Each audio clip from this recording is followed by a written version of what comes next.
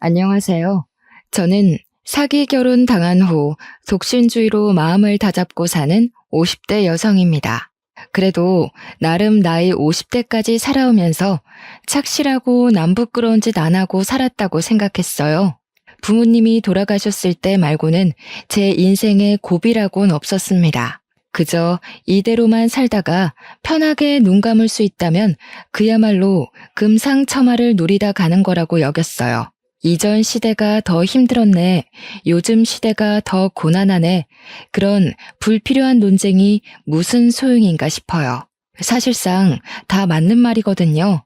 안 힘든 세상은 그 어떤 때에도 없었습니다. 그래서 제가 무난하고 순탄하게 살아온 것이 금상첨화라고 얘기를 한 거예요. 돈 많다고, 직업 좋다고, 마냥 좋은 일만 팡팡 터지리라 생각지 않거든요. 그런데 제가 하필 늦은 나이에 돌부리에 걸려 넘어지고 말았지 뭡니까. 어디 가서 그때 나이에 사기당했다고 하면 솔직히 쪽팔립니다. 심지어 결혼 사기를 당했잖아요. 그 일이 있고 저 아무한테도 얘기를 한 적이 없어요. 그냥 왜 갈라섰냐고 물어보는 사람이 있으면 일일이 말하기도 피곤하고 민망해서 그저 성격 차이라고만 해버립니다. 그래서 저 처음으로 여기다가 제 이야기를 써봐요. 용기 내서 말씀드리는 건데 부디 이 사연이 끝날 때쯤엔 제 마음도 편해졌으면 좋겠네요. 결혼을 하기 전까지는 그동안 제 인생에 결혼이란 삶이 없을 거라고 생각했어요. 그런데 다 늦은 제 나이에 한 줄기 빛처럼 찾아온 남자가 있었고 그 사람 덕분에 저는 처음으로 웨딩드레스를 입어봤습니다. 비록 결혼이 늦었지만 그래도 노후는 사랑하는 사람과 해보지 못한 추억을 쌓으면서 단란하게 살 수 있겠구나 기대를 많이 했었어요. 그렇게 인생 최대의 행복을 누릴 생각에 기분이 들떠있던 제가 결혼하고 난 후 바로 한 달 만에 이혼을 하게 될 줄 누가 알았겠습니까? 저는 조선소 주변에서 작은 호프집을 하던 사장입니다. 조선소 사람들이 퇴근하고 자주 찾는 가게라 매출이 잘 유지되는 편이었어요. 그곳이 오지랑 다름없는 곳이라서 젊은 사람들은 그저 집 일만 강제로 할 수밖에 없는 위치에 있었죠. 그렇다 보니 제 호프집은 저녁 시간에 많이 붐볐습니다. 거기서 남편을 만나 제 인생에 없을 줄 알았던 연애를 하게 된 거예요. 놀랍겠지만 저는 30대 연애를 마지막으로 10년 넘게나 남자를 못 만나봤습니다. 그래서 남편을 만나 차곡차곡 쌓아가는 설렘이 너무 오랜만이었고 그 때문에 더 눈이 멀어버렸던 것 같아요. 제 기준에선 그래요. 콩깍지가 제대로 실 수밖에 없었죠. 저도 또한 그 오지 같은 곳에 친구 한 명 없었고 일하는 것 아니면 집에서 혼자 적적하게 보냈으니까 애인의 존재는 제게 삶의 원동력을 주었어요. 그래도 그동안 어디 돈 쓸 곳이 없어서 모으기만 했던 돈이 제법 많더라고요. 목돈 묵혀둔 통장이 몇 개 됩니다. 어쨌든 제 남편은 저보다 연하예요. 저는 50대인데 남편은 40대인 정정한 사람이었죠. 처음엔 그런 사람이 같은 또래를 만나지 않고 왜 나한테 관심을 보였을까 궁금하긴 했어요. 그런데 남편이 알아서 말해주길 제가 50대로 안 보인다고도 했고 또 자기는 마음이 잘 통하기만 하면 여자 나이는 전혀 신경 안 쓰인다고 하더라고요. 제가 여자라는 걸 오랜만에 느끼게 해준 남편의 달콤한 멘트가 제 하루를 통째로 뒤흔들었어요. 남편이랑은 주로 제 호프집에서 데이트를 했습니다. 마땅히 갈 곳도 없고 호프집에서 맥주 한 잔씩 하면서 서로에 대해 묻고 답하는 시간을 갖는 것만으로도 즐거웠어요. 젊은 사람들끼리는 서로의 애정도라든지 과거라든지 하는 일이나 관심사 같은 걸 묻곤 한다는데 저희는 그런 시절 다 넘겨온 어른이잖아요.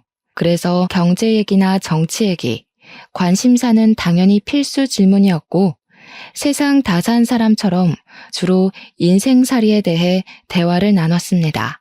그렇다 보니 서로의 형편이나 수익에 관련해서도 투명하게 얘기를 하게 되었습니다. 조선소 남자들 돈 많이 쓰잖아요.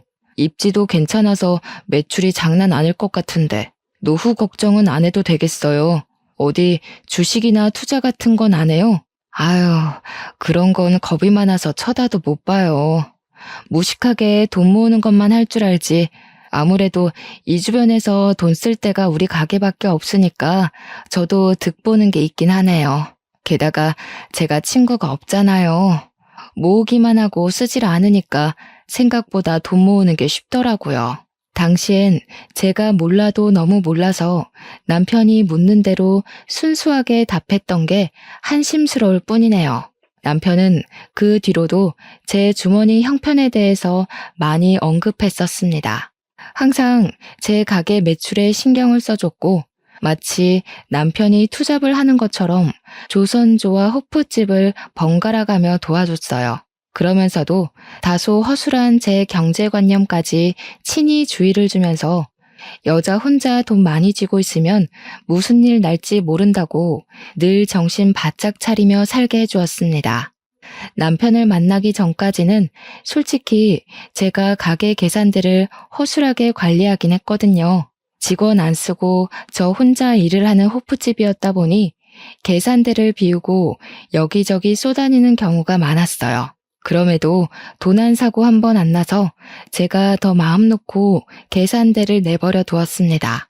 그런데 남편의 경고를 듣다 보니 그게 꽤 일리가 있었고 어쩌면 점주 입장에선 당연히 신경 써야 되는 부분이잖아요. 그동안 제가 사장으로서 잘해왔다기보단 늘 운이 따랐었기 때문에 범죄 사고 없이 끌고 왔다는 생각이 들었어요. 그래서 남편이 조언을 해준 뒤부터는 돈통을 정말 열심히 관리했고 웬만하면 계산대를 비우지 않았습니다. 비우더라도 계산대로 항상 신경을 두고서 일을 했어요. 그러면 남편이 퇴근하고 호프집으로 출근하면서 항상 잘했다고 칭찬을 해줍니다. 때인 분들은 아실 거예요. 나이를 그렇게까지 먹으면서 사실 누구한테 칭찬을 해본 적은 있어도 칭찬을 받는 건 까마득하게 오래되었을 나이잖아요. 저도 마찬가지였습니다. 남편이 저더러 허투루 안 살고 돈 착실하게 모은 게 멋있다고 칭찬을 해줄 때도 많은 도파민이 분출되었어요. 노후 준비 다 되어 있고 자기 일 열심히 하고 예쁘기까지 한 여잔데 도대체 왜 여태 솔로였을까? 아무래도 나랑 만나라고 하늘이 점지해줬나 봐요. 저더러 선희 씨 남은 세월 든든하게 지켜주라고 선희 씨를 혼자 둔 것 같은데요. 그땐 정말 남편이 오로지 제 걱정뿐이라 생각하고만 있었습니다. 또 이건 이제야 말씀드리는 건데 남편한테는 이혼 경력이 있어요. 전처가 바람을 피우는 바람에 소송에서 갈라서게 되었다고 했습니다. 그런 상처를 가지고 있는 사람이라 그런지 한 번씩 저보고 전처랑 너무 다른 사람이라서 좋다고도 하더군요. 제 나이면 솔직히 초혼인 남자 만나기 힘들지 않습니까?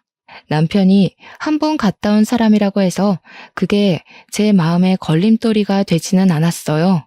그때만 해도 제가 남편한테 너무 빠져 있었고 저를 정신 차리게 해줄 가족이라든지 친구라든지 아무것도 없는 상태였거든요.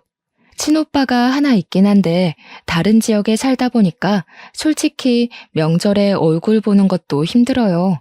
벌써 안 보고 산 지가 한 3년은 되었습니다. 가끔 오빠가 문자로 안부 남겨주는데 가족끼리의 소통이 끝이에요. 그래서 남편이 제게 정식으로 청혼을 해주었을 때 저는 그렇게 생각했어요. 제게 친구가 생겼다고. 함께 인생을 즐길 수 있는 가족이 나타났다고 말이죠. 단순할지도 모를 청혼이 제게는 그런 여러 가지의 의미를 심어주었습니다. 저는 남편의 그런 뜨거운 마음이 고마웠고 이제 그만 외롭지 않게 사랑받고 살고 싶어서 남편의 청혼을 한 번에 응답했던 겁니다. 남편의 시부모는 돌아가신 데다가 외동이라서 인사드릴 어른이 없다고 했어요. 저도 부모님은 일찍 돌아가셨고 오빠만 있으니까 오빠한테만 인사를 시켜주려고 했습니다. 아마 오빠가 놀랄 거예요. 연락 뜸하다가 갑자기 결혼을 한다고 하면요. 그래도 제가 혼자 지내는 걸 걱정한 오빠는 저의 결혼을 환영해 줄 거라고 믿었습니다. 그런데 문제는 남편이 오빠 만나는 것 자체를 곤란해 하더라고요. 저더러 그냥 양가 인사 없이 결혼하면 안 되겠냐고 하는 거 아니겠어요? 그래도 결혼은 제법 큰 행사인데 친오빠 모르게 한다는 건 좀 그렇지 않을까요?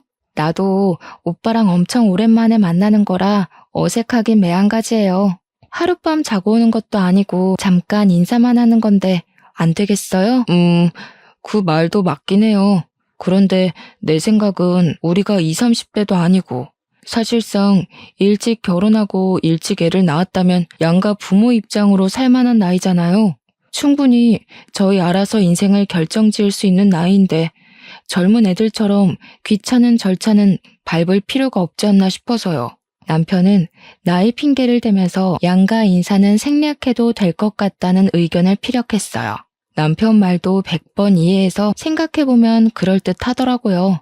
단지 조금 서운하고 망설여졌던 건 저는 초혼이라 모든 게 다 새롭고 여기저기 축하를 받고 싶은데 남편은 저랑 두 번째 결혼이라 그런지 최대한 조용히 단출하게 식을 올리고 싶어 했습니다.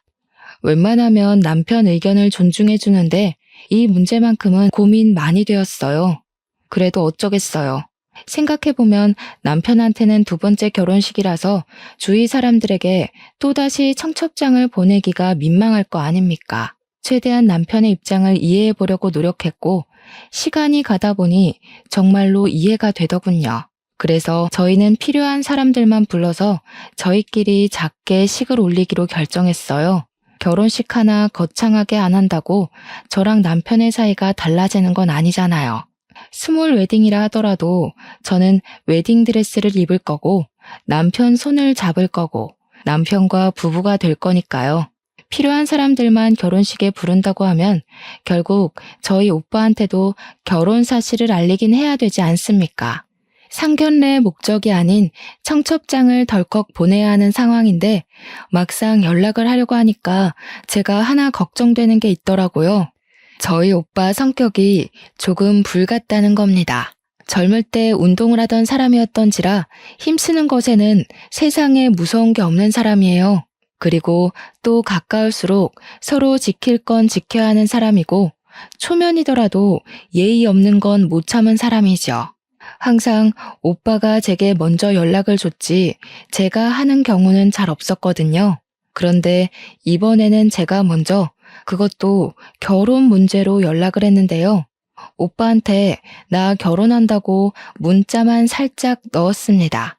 역시 오빠한테 바로 전화가 오더라고요. 전화를 받은 오빠의 목소리는 한 톤 높아져 있었습니다. 한시도 흥분을 가라앉히지 않고 남편에 대해 궁금한 걸 마구마구 묻기 시작하더군요. 무엇보다 제가 결혼하는 게 오빠한테는 좀 많이 놀라운 소식인 것 같았어요. 오빠 입장에서도 결혼 같은 거 안 할 줄 알았던 여동생이 다 늦은 나이에 결혼을 한다니까 제법 놀란 듯 했어요. 결국 오빠는 결혼 전에 남편 만나기를 고집부렸고 남편 안 보여주면 당장 찾아오겠다는 으름장 때문에 저는 결국 오빠 제안을 승낙할 수밖에 없었어요. 어차피 오빠가 찾아와 버리면 남편을 마주할 수밖에 없을 텐데 그렇게 만나는 것보다 정식으로 인사하는 자리가 낫잖아요. 이왕 이렇게 된 거 저도 오빠한테 남편을 보여주고 싶어서 어쩔 수 없이 이 사실을 남편한테 전달했습니다. 역시나 남편이 불편한 기색을 보이면서 표정을 어둡게 하더군요.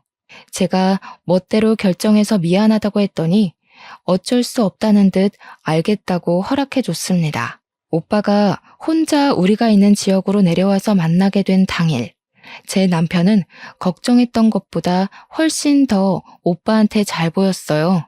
형님 하면서 살갑게 굴기도 했고 솔선수범 나서며 술잔도 사이좋게 기울였죠. 분위기가 좋게 시작해 좋게 끝나서 개인적으로 많이 안심을 했었습니다. 그런데 좋은 게 좋은 것이 아니었더라고요. 당시 그 자리에서는 별로 문제가 없었는데 기분 좋게 자리를 파하고 나서부터 그때 만남은 진짜 모습이 아니었다는 걸 알았어요. 남편은 그저 무사히 자리를 마무리해서 다행이라고 생각했는데 오빠는 전혀 아니었던 거죠. 다음날 제게 전화가 온 오빠한테서 정말 황당한 얘기를 들었습니다. 너 저 사람이랑 꼭 결혼해야겠어? 제대로 알아본 거 맞지? 아무래도 분위기가 수상해서 그래. 혹시 저 사람 이혼한 거 맞냐? 당연하지. 무슨 질문이 그래. 오빠, 그 사람 겨우 몇 시간 봤잖아. 뭘 얼마나 안다고 사람한테 수상하다는 말을 하냐? 듣는 내 생각도 좀 하지. 아니, 여자 손길에 길들여진 느낌이 들어서 입고 온 셔츠 각도 그렇고 손수건 챙겨 다니는 것도 그렇고 별걸 다 의심한다. 원래 깔끔한 사람이야. 나 오빠한테 결혼 허락받으려고 그 사람 소개해준 거 아니야. 우리 이미 결혼하기로 약속했고 날짜까지 잡았어. 나도 나이 먹은 어른이니까 이제부턴 내가 알아서 할게. 당시만 해도 저는 오빠가 남편에 대해 괜히 예민하게 돌려 생각한다고 봤어요. 세상에 완벽한 사람이 어딨겠어요? 오빠가 남편의 어떤 단점을 보고서 그런 부정적인 소리를 하는 건지 모르겠지만 누구나 단점은 있고 오빠가 느낀 남편의 단점을 저는 느끼지 못했으니 상관없다고 생각했습니다. 설령 남편에게 정말 단점이 있더라도 제게는 그게 단점이 아닐 수 있는 거잖아요. 나이를 먹으니까 남의 조언 듣는 것도 쉽지가 않더라고요. 제 인생 제가 책임질 수 있다고 생각했고 제 마음대로 해도 될 만한 나이라고 자만했던 게 아직도 후회스럽습니다. 그렇게 저랑 남편이 결혼식 날짜까지 향해 가는데 아무런 문제가 없었어요. 제가 결혼이 정말로 하고 싶었기 때문에 주위에서 주는 징조들을 눈 닫고 귀 닫고 그냥 모른 채 한 것도 있었을 겁니다. 그리고 드디어 다가온 결혼식 전날 밤. 한참 설레서 잠자리에 들기 직전까지 얼굴을 가꾸고 있었는데요. 오빠한테서 또 전화가 오는 거 아니겠습니까? 어딘가 모르게 받기가 꺼려졌지만 내일 친오빠도 하객으로 와야 하기 때문에 일단 전화를 받았어요.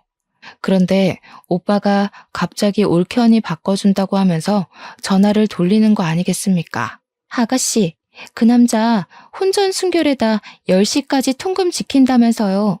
혹시 그 남자 집에는 가봤어요? 신발장이나 욕실 같은 데도 확인했고요. 집에는 안 가봤죠. 조선소에서는 우리 집이 더 가깝고 우리 집에서 만나면 되니까요. 그리고 워낙 철저하고 계획을 잘 지키는 사람이라서 11시 취침 시간을 꼭 지키는 사람이거든요. 그런 사생활도 존중 안 해주고 어떻게 결혼하겠어요? 저 51살이에요, 언니. 아이고, 이를 어째. 당연히 남자 집을 가봤어야죠. 그분이 이혼까지 했다면서요. 보통 그러면 전처가 드나드는 흔적이 남아있을 수도 있어요. 내일 당장 결혼하는 사람한테 이런 소리 하기 미안한데 이혼남은 사전조사를 꼼꼼하게 해야 돼요. 저 지금 기분 나쁘려고 하거든요. 미안한 거 알면 그런 무례한 소리를 하지 마세요. 제 신랑이 그렇게 마음에 안 드시면 그냥 내일 오지 말던가요. 계속 꺼림칙하다고 얘기를 하는 그들에게 오히려 내가 더 기분이 상해서 전화를 끊어버렸습니다. 결혼식 전날인데도 제 결혼에 부정적인 말만 해대는 오빠랑 올케 언니가 좋게 보일 수가 없지 않습니까? 그래서 친오빠랑 올케 언니가 제 결혼식에 오는 건 기대를 안 했어요. 그런데 의외로 축하해주러 와줬더라고요. 저는 그렇게 결혼식을 올렸고 하객들에게 감사 인사를 전한 뒤 신혼여행을 떠났습니다. 신혼여행은 남편의 추천으로 몰디브로 갔어요. 날 밝은 시간부터 어둑해질 때까지 정말 즐겁게 놀았습니다. 그리고 야밤이 되었을 때 이제 그만 호텔방으로 돌아가려고 했는데 남편이 갑자기 보기 좋은 전망대가 하나 있다고 거기 들렸다가 돌아가자는 겁니다. 저희가 같이 계획한 코스에는 없는 장소라서 그냥 남편만 믿고 따라갔어요. 남편이 향하는 곳은 인적이 정말로 드문 곳이었습니다. 남편 말로는 그곳이 전망대로 유명한 곳이었는데 사고가 나서 장기적으로 문을 닫고 있다가 폐쇄가 된 곳이라고 했어요. 그래서 그런지 가로등도 설치가 안 되어 있더라고요. 조금 무서웠는데 남편이 도착했다는 곳에서 걸음을 멈추자 엄청난 야경을 한눈에 볼 수 있었습니다. 우리나라 야경도 전망 좋은 곳에서 보면 참 예쁘던데 몰디브는 또 몰디브만의 느낌이 살아서 예쁘더라고요. 여기까지의 느낌은 저를 위해 전망대 코스를 준비해준 남편 배려에 대한 보답입니다. 즉, 남편 말대로 야경은 참 예뻤지만 솔직히 제 기준에서 끝내줄 만큼인지는 잘 모르겠다는 뜻이에요. 하지만 그것 또한 저와 남편이 다른 점이라고 생각하고 남편의 감성을 이해해주며 호응을 보였어요. 그때 남편이 커피 좀 사오겠다며 기다리고 있으라 하더군요. 저는 너무 어둡고 무서워서 같이 가자고 했는데요. 오늘 나 때문에 많이 걸었잖아. 여기도 굳이 안 와도 되는 건데 내가 고집부려서 온 거니까 자기 고생 안 시키고 싶어. 조금만 기다려줘. 여기 건물 뒤에 카페 하나 있거든. 금방 다녀올게. 10분이면 돼. 그렇게 뛰어가 버린 남편은 다시 돌아오지 않았고 저는 그 길로 타국에서 남편을 잃게 되는 극한의 상황에 처하고 맙니다. 남편이 자리를 뜨고 한 1분 지났을까요? 아무도 없는 곳에 웬 파키스탄 외국인들이 나타났어요. 총 3명이었는데 그 남성들은 어기적거리며 제게 다가오더니 순식간에 저를 잡아 끌었습니다. 제가 최선을 다해 반항했지만 남자 힘은 이길 수가 없었어요. 소리를 질러도 주위에 인적이 없으니까 도움을 청하지도 못했습니다. 곧 돌아오겠다던 남편을 부르며 비명을 질렀지만 남편은 전혀 나타날 기미가 안 보였고 저는 그 상태로 미리 대기된 차량으로 끌려갔어요. 속수무책으로 끌려가더라도 사람이 본능적으로 목숨에 위협이 생기면 말도 안 되는 힘이 나오지 않습니까? 그 순간 제가 그랬던 것 같아요. 친오빠가 그런 말을 한 적이 있어요. 호랑이 굴에 들어가도 정신만 차리면 살 수 있다고요. 그 위험한 상황에서 생각나는 건 우리 친오빠밖에 없었습니다. 오빠 말대로 정신을 차리고 보니 도망칠 수 있을 만큼 수두룩한 허점들이 보였어요. 아마 제가 여자라서 대강대강 잡고 있어도 괜찮다고 생각했나 봅니다. 그래서 저는 어릴 적 오빠한테 배웠던 호신술로 그들을 제압해보려고 했지만 그런 상황에서 호신술 같은 게 어디 바로바로 생각이 났겠습니까? 그냥 제 식대로 발등을 밟고 팔을 깨물고 들고 있던 가방으로 두들겨 패고 던져준 뒤에야 도망을 칠 수 있었어요. 그리고 남편이 있던 곳까지 불이 나게 돌아왔는데 카페에서 커피를 사온다는 남편은 아직도 없었습니다. 남편이 갔다는 카페 위치로 뛰어갔지만 이 주위에는 어디에도 커피 살 수 있는 카페가 없다는 걸 알았어요. 그때 정말 찰나의 순간으로 어떤 기억 하나가 떠올랐는데요. 호프집에서 조선소 직원들이 술에 취해 대화하는 걸 어쩔 수 없이 들은 적이 있었습니다. 내용이 동남아로 여자 팔아넘기는 브로커 역할을 하면 큰 돈을 한꺼번에 만질 수 있다면서 조선소 일하기 피곤한데 어디 여자 하나 잡아서 갖다 팔아버릴까 하는 소리들이었어요. 그날 하필 테이블도 거기밖에 없어서 좀 겁나더라고요.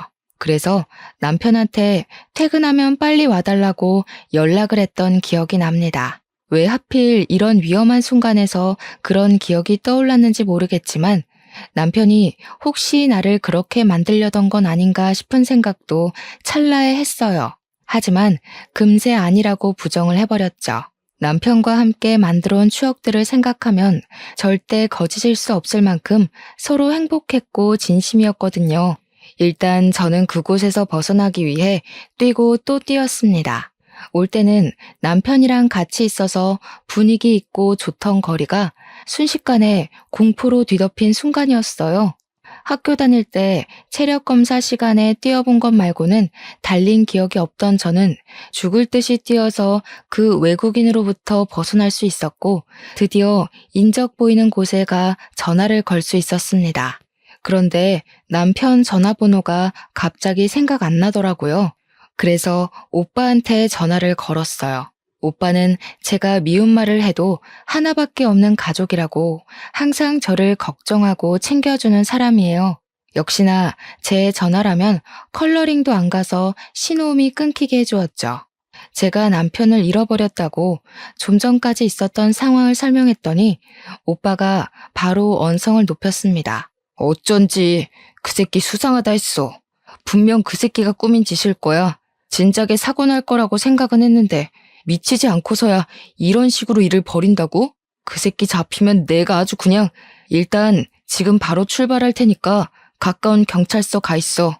여기가 어디 먼 거리의 한국 지역도 아니고 무려 하루가 걸리는 거리를 날아와야 하는 몰디브인데 다짜고짜 당장 오겠다는 오빠를 말리려고 했습니다. 그렇지만 제가 아까 외국인 남성들한테서 벗어나느라 가방을 냅다 던져주고 오는 바람에 자긴 돈이 없어서 오빠가 필요했어요. 그래서 저는 물어물어 경찰서를 찾았고 양해를 구해 거기서 친오빠에게 주소 문자를 남겼습니다. 친오빠는 하루가 지난 뒤에야 제가 있는 경찰서까지 도착을 했고 올케 언니는 애 때문에 같이 동행하지 못했다고 했어요.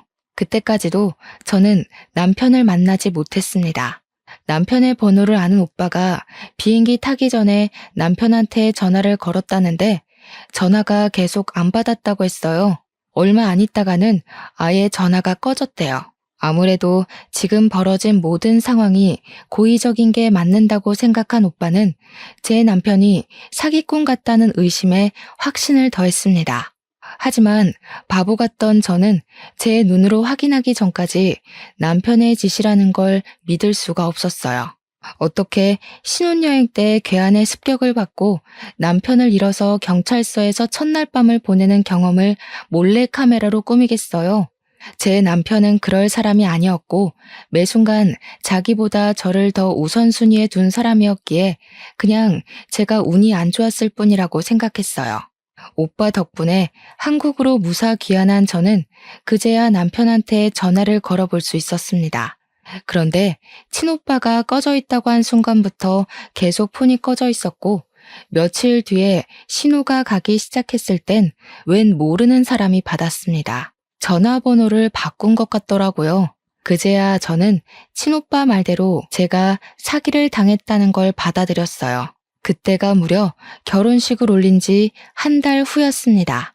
그 한 달이 지날 동안은 최대한 남편을 믿으려고 애썼습니다. 혹시 위험에 처한 건 아닐까? 내가 도와주지 못하고 혼자 한국에 와버린 건 아닌가 하고요. 그런데 그건 그냥 제가 콩깍지가 덜 벗겨졌기 때문이었고 한심하게 미련이 남아있었기 때문이었어요. 저랑 남편은 신혼집도 구하지 않았습니다. 제가 살던 집이 3룸이었는데 조선소랑 가까워서 거기서 신혼을 차리기로 했었거든요. 그래서 미리 남편이 제 집에 들어와 같이 동거를 하고 있었어요. 그런데 이젠 남편은 없고 남편의 집만 덩그러니 제 옆에 남은 거였죠. 나중에 생각해보니 신혼집을 구하지 않은 것도 다 이유가 있었던 거예요. 저를 갖다 팔아버릴 생각을 했으니까 우리 공동 소유의 재산물은 하나도 만들지 않은 거였어요. 사기를 당했다니. 뒤늦게 닥쳐온 상실감과 배신감이 치밀어 올라 남편의 짐을 미친 듯이 잡아 던져버렸습니다. 옷을 발기발기 찢고 밟고 미친 사람처럼 소리를 지르기도 하다가 결국 눈물을 터뜨렸어요. 그 순간 제 무릎이 닿는 곳 밑으로 몰디브 여행 팸플릿이 깔려있는 게 보이더라고요. 제게는 악몽이 되어버린 몰디브를 생각하니 다시 화가 치밀어 올라서 그걸 찢어버리려고 했습니다. 그런데 팸플릿 사이에 다른 종이가 하나 끼워져 있더라고요. 그걸 자세히 봤더니 세상에나 거기서 제가 본 게 뭔 줄 아십니까? 제가 알고 있는 정보와는 다른 몰디브의 호텔 주소와 사진, 관광 명소, 몰디브에서 한국까지 왕복 시간 등이 남편 필기체로 정리가 된 종이었습니다. 여기서 제가 충격받았던 요점은 제가 알고 있는 정보와 다르다는 거예요. 남편이 찾아놓은 정보들은 저와 남편이 갔던 곳도 아니었고 예약했던 호텔도 아니었습니다. 항공편 승차 시간은 똑같았으나 거기 적힌 티켓 가격은 1인의 몫이었어요. 이때만 해도 남편이 제게 얼마나 더한 밑바닥을 보여주게 될지는 감히 상상도 못했어요. 그 사이 실종 신고해놨던 경찰한테서 연락이 와 더는 다른 생각을 못했던 것도 있었습니다. 저는 오빠한테 따로 연락을 해서 당장 경찰서를 찾았습니다. 일단 남편이 한국에서 발견되었다는 것은 제게 큰 배신을 일으켰고, 남편을 오랜만에 다시 보게 된다는 생각은 저를 두렵게 만들었습니다. 이런저런 생각들이 상충해서 그냥 너무 복잡한 심경이었어요. 그렇게 경찰서에 도착했더니 정말로 익숙한 뒤태가 저를 기다리고 있더라고요. 한 달 만에 본 남편은 저의 바람과 다르게 너무 멀끔하고 멀쩡한 차림새로 있었습니다. 오빠는 남편을 보자마자 멱살을 잡았고 밑도 끝도 없이 주먹을 날려버렸습니다. 오빠가 나이 들었다고 해도 여전히 파워가 장난 아니라서 진정으로 주먹을 맞는다면 이빨이 나갈 수도 있거든요.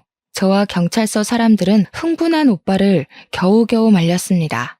하지만 오빠는 여전히 남편의 멱살을 잡고 있었죠. 이 사기꾼 새끼야, 나이 처먹고 할 짓이 그렇게 없었냐? 감히 내 착한 동생을 건드려? 내 눈에 걸린 이상 넌 이제 죽은 목숨이야. 오늘 이 자리에서 제사 치를 줄 알아. 오빠가 맹수처럼 으르렁거리는 걸 경찰 3명 급하게 와서 다시 붙들었습니다. 우리 오빠가 체격이 좀 좋은데다가 저랑은 6살 차이가 나는데요.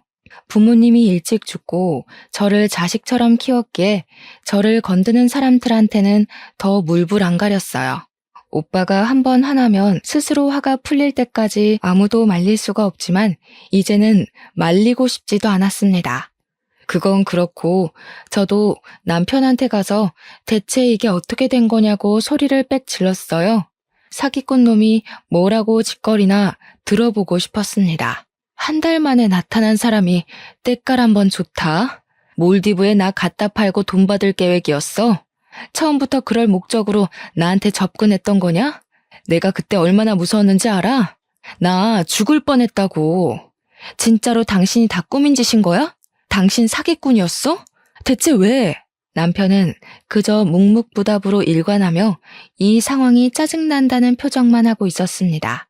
제가 알던 다정한 남편과는 분위기부터가 완전히 달라서 저는 이미 거기서부터 충격을 먹어버렸어요. 남편이 입을 열고 변명이라도 할 때까지 계속 원망하면서 멱살을 잡고 똑바로 말해보라며 소리를 쳤습니다. 그런데 제가 따져야 될 건 당장 그 문제가 아니더라고요. 남편의 옷이 구겨질 만큼 멱살에 힘을 주고 있는데 그 순간 저를 밀쳐내며 제 남편 앞을 가로막는 여자가 있었습니다. 처음 보는 그 여자가 하는 말 때문에 제 일은 단순 사기 결혼으로만 끝낼 수 없단 걸 알았어요. 내 남편한테 뭐 하는 짓이야? 다 늙은 아줌마가 더럽게 힘만 세가지고 이러다 상처나면 다 상해죄로 신고해버릴 줄 알아? 남편이라뇨? 이게 무슨 소린가 싶어서 할 말을 잃고 있었는데 알고 보니 기가 막히게도 이 여자가 남편의 전처라는 거 아니겠습니까? 전처가 있다는 사실은 이미 알고 있었어요. 남편이 이혼 경력이 있다고 솔직하게 말해주었으니까요. 그런데 제가 궁금한 건 이미 갈라선 전처가 왜 갑자기 나타났고 왜 우리 일에 나서서 이러고 있냐는 거예요. 또 경찰서까진 어떻게 찾아왔는지도 궁금했습니다. 어처구니가 없어서 저는 전처를 더 자극했고 그러니 제가 궁금했던 걸 쉽게 알 수 있었어요. 그러니까 이 미친 사기꾼이 전처랑 위장 이혼을 한 거더라고요. 전처가 바람을 피워서 갈라섰다는 남편의 말은 거짓말이었다는 겁니다. 둘이 위장 이혼을 한 이유가 신도시 아파트 당첨 확률을 높이기 위해서였다고 해요. 무주택 자격을 맞추기 위해 위장 이혼이란 방법을 택했고 전처가 청약 당첨이 되길 기다리는 동안 남편이란 새끼는 바깥을 나돌며 돈이 되는 다른 수단을 찾고 다녔던 겁니다. 그러면서 조선소를 전전하던 중에 저를 발견했고 조선소에 취직해 제게 접근을 했다네요. 처음에는 저를 어디다 팔 생각은 못했대요. 그냥 제 돈을 훔칠 생각이었다고만 했습니다. 그런데 제가 지난번 브로커 얘기를 하는 테이블 때문에 무서우니까 남편한테 퇴근하면 바로 오라고 한 적 있었다고 했잖아요. 그 얘기를 듣고 저를 팔 생각을 했다는 거 아니겠습니까? 그래서 남편이 저랑 혼인신고는 안 하고 결혼식만 올렸던 거고 일부러 사람도 초청 안 했고 다음날 해외에다 돈 받고 팔아버린 거래요. 이렇게까지 자세히 들을 수 있었던 건 전처의 행동을 수상쩍게 생각한 형사가 그 자리에서 바로 조사를 들어갔기 때문이었습니다. 그래서 저를 팔아 받은 돈이 얼마냐 했더니 3천만 원이래요. 그런데 제가 도망을 치는 바람에 남편은 졸지에 돈만 떼먹은 도둑놈이 되어서 한국 귀환하자마자 도망자 신세로 돌아다녔다 했습니다. 사채한테 쫓기는 사람은 봤어도 외국인 집단에게 쫓기는 사람은 또 처음 봤네요. 아주 이 부부 사기꾼들한테 콩밥을 처먹일 수 있다면 무슨 짓을 다 하겠다고 경찰에게 부탁을 했습니다. 제발 씨알도 빼먹지 말고 다 밝혀내달라고 했죠. 그런데 말입니다. 경찰한테 조사받은 그들을 지켜보면서 뭐 하나 의아한 점이 있더라고요. 몰디브를 간 건 저와 남편인데 경찰이 남편뿐만 아니라 전처까지도 몰디브에 있었던 알리바이를 묻더라고요. 왜 방향이 그렇게 흘러가지 싶어서 물어봤더니 글쎄 이 전처도 저랑 남편이 신혼여행 떠나는 날 같은 비행기를 탔다는 거 아니겠습니까? 그 순간 경찰서 오기 전 집에서 봤던 남편 필기들이 떠올랐어요. 그러니까 남편은 당시 저랑 신혼여행을 간 게 아니라 저를 갖다 팔고서 바로 자기 와이프랑 해외여행을 즐긴 셈이었던 거죠. 남편이 단 한순간도 저를 사랑한 적이 없었다고 해도 사기를 친 걸로 모자라 저를 기만했다고 생각하니까 이거 그냥 앉아있을 수 없겠더라고요. 그런 상황에서 전처가 제게 퍼붓는 악의적인 말은 제가 들고 일어날 수 있도록 힘을 주었습니다. 결국 아무도 피해를 안 본 거니까 우린 잘못 없는 거 아닌가요? 이 아줌마가 그냥 얌전히 팔려갔으면 저희도 벌받아 마땅하겠죠. 그런데 이 아줌마 멀쩡하게 살아있잖아요. 늙어서 비싸지도 않는 거 겨우 사람들 설득해서 보냈더니 도대체 어떻게 빠져나온 건진 모르겠지만 전처는 멍청하게도 경찰서가 어떤 곳인지 잘 모르는 듯합니다. 그렇지 않고서야 정말로 자기 남편을 위한다면 그렇게 자기 죄를 알아서 자백하고 있을 순 없겠죠. 남편이 뒤늦게 전처의 입을 막는 바람에 전처도 뭐가 잘못된 건가 싶어 눈치를 보더라고요. 저는 그렇게 주위 눈치를 보는 전처의 머리채를 잡고 반대 손으로 따귀를 날렸습니다. 너희들 수준 떨어지는 짓은 우리나라 법이 알아서 처리해 줄 거니까 상관없는데 나보다 더 자글자글한 년한테 아줌마 소리 듣는 건 좀 거슬려서 말이야. 민증 안 보여줬으면 언니라고 부를 뻔했어요. 혹시 애를 낳아서 이렇게 폭삭 사가버렸나? 아, 애 없죠? 차라리 애 때문에 세월 맞았다고 하는 게 덜 쪽팔리겠네. 오빠는 행패를 너무 심하게 부려서 경찰서 밖으로 쫓겨났는데 그 상황에서 저 혼자 그들을 대응하고 있느라 솔직히 좀 겁나는 것도 있었습니다. 그럼에도 이 연놈들을 망가뜨리고 싶다는 일념 하나로 버티고 있었어요. 제가 전처의 뺨을 날려버리니까 저를 쳐다도 안 보던 남편이 눈에 쌍심지를 켜고 제게 소리를 쳤습니다. 이 여자가 감히 누굴 때려? 미쳤어? 늙으려면 곱게 늙을 것이지 개념이 없냐? 그렇게 억울하고 분하면 내가 던진 미끼에 걸리지를 말았어야지. 당신이 무능해서 속아 넘어간 걸 이제 와서 누구한테 화풀이야? 아, 이제 들으니까 확실히 단념하게 되더라고요. 저는 남편한테 그저 갖다 팔아야 되는 물건뿐이었던 거예요. 더 참지 못한 저는 남편을 차버렸어요. 우리 오빠가 체격이 좋다고 했잖아요. 왕년에 레슬링 선수로 뛰었고 한때 관장도 했던 사람입니다. 제가 한창 젊을 때는 오빠한테 한 번씩 운동을 배웠는데요. 그때만큼은 아니지만 젊을 때 미리 몸을 만들어놔서 아줌마 나이가 되었어도 운동신경 하나는 좋았습니다. 그러니 고작 여자 발차기 한 방에 남편이 구부러졌겠죠. 그리고 그때 제게 또 덤벼드는 전처의 머리를 잡았어요. 그러자 전처가 그대로 넘어져 버리더군요. 그리고 저는 손을 털며 한마디 해주었죠. 궁상 맞은 네 남편 끼고 살려면 그쪽 꼴 간수도 잘해야겠어. 저 사기꾼이 나더러 뭘 아는지 알아? 자기는 뱃살 흘러내리고 팔뚝 처지는 여자 구역질 난다고 전에 만난 여자가 딱 그런 몸인데 매일 보긴 힘들었다고 하더라. 아무래도 그쪽 얘기 같은데 딴 데 안 팔려가려면 몸 관리 좀 해. 제가 발끝으로 전처 뱃살을 건드리고 팔뚝을 툭툭 밀자 얼굴 붉어진 전처가 남편을 확 째려봤습니다. 남편은 아니라고 모함이라고 소리쳤는데요. 그래도 팔은 안으로 굽는 건지 전처가 남편의 변명을 믿어주더라고요. 그러면서 제게 쭈글탱이 할망구라고 역정을 냈습니다. 그래서 그쪽은 쭈글탱이 할망구보다 더 할망구 같은 몸뚱어리를 달고 있나? 민낯이 아주 검버섯 투성이네. 사는 게 많이 쪼들리나 봐. 요즘 세상엔 여자가 그쪽처럼 무능하면 폐기물 소리 들어요. 그리고 지금 내 남편하고 감쌀 때가 아니에요. 이제 둘 다 산거지 될 것 같은데 어떡한데? 아이고 애쓴다 애써. 그러면 자기가 장난감 주제였다는 게 좀 위안되나 봐? 어떻게든 우리 남편 뺏고 싶어서 발악하는 것 같은데 꿈도 크시네요. 장난인 줄 아나 보네. 법률상 그쪽들은 이혼 상태 아닌가?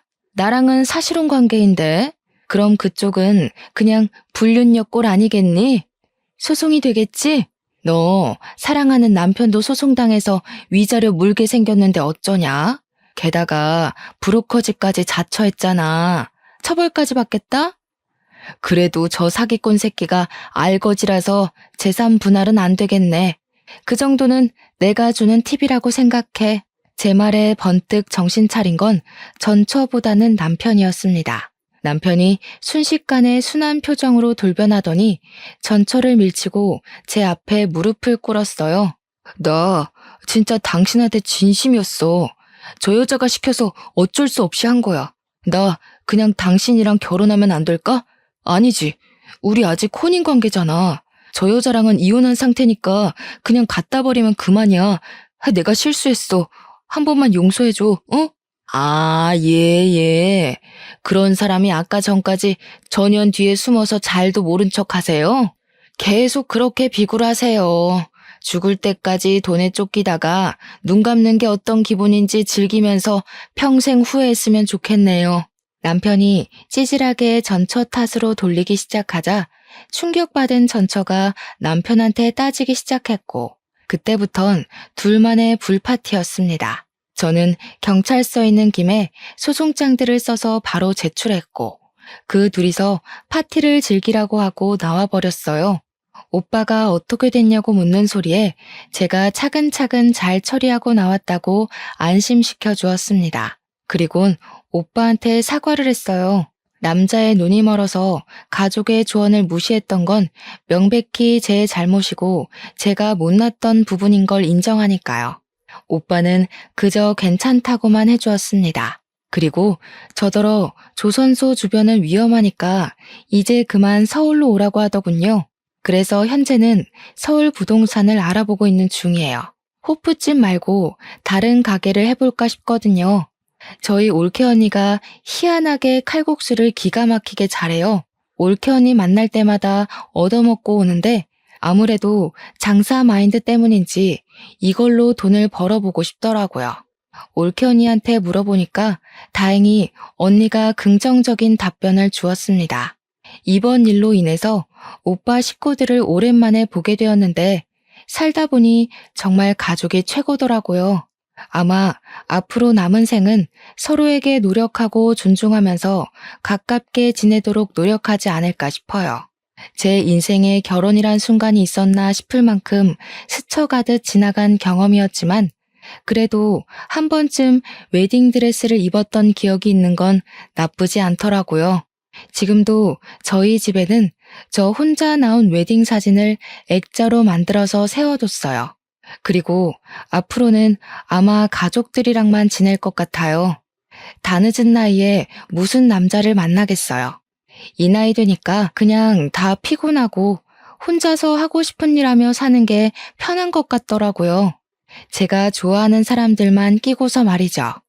이렇게 독신으로 사는 것도 어쩌면 자유로울 수 있는 혜택이라고 생각합니다. 결혼은 의무도 아니고 막중한 책임감이 없다면 실패 확률도 크잖아요.